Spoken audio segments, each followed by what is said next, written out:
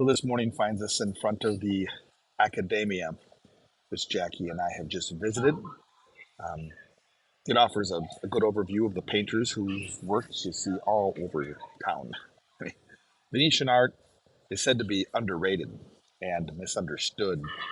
It's nowhere near as famous as the works of Florentines. Say hi, Jackie. And as the work of the Florentines. But, it's got historic slices of Venice. It's got its nudes and very human Madonnas. It's livelier. It's more colorful. It's a lot more fun than the older stuff, to me at least. The Venetian love of luxury shines through in the collection. It starts in about the Middle Ages, runs to about 1700s.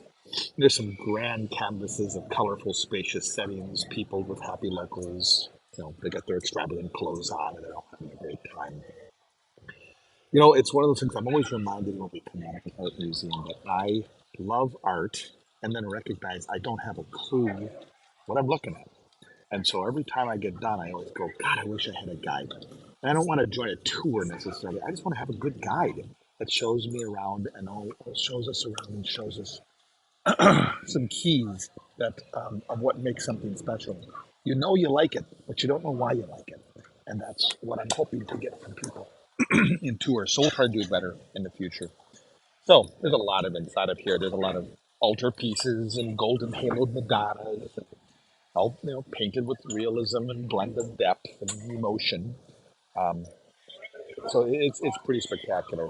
Medieval Venetians, and they had their very close ties to the East, as we saw at St. Mark's. Borrowed techniques such as gold leafing, and frontal poses, and iconic faces from the religious icons in Byzantine, which is modern day Istanbul or Constantinople. So we got a chance to see, Montegina's Studley St. George. We got to see a lot of Titian's magnificent presentation of the Virgin. Um, it's a religious scene. Yeah, it is. But it's also just an excuse to display spectacular splendor. Titian was probably the most famous painter of his day, probably even more famous than Michelangelo, believe it or not. And there's quite a few other beautiful, beautiful paintings. Um, so we enjoyed ourselves, but I wish I would have had a guide to take me through it a little more carefully. You can see the gondola guy here staying right here because the gondolas are just over around the corner. Okay, enough for now. Until next time, ciao.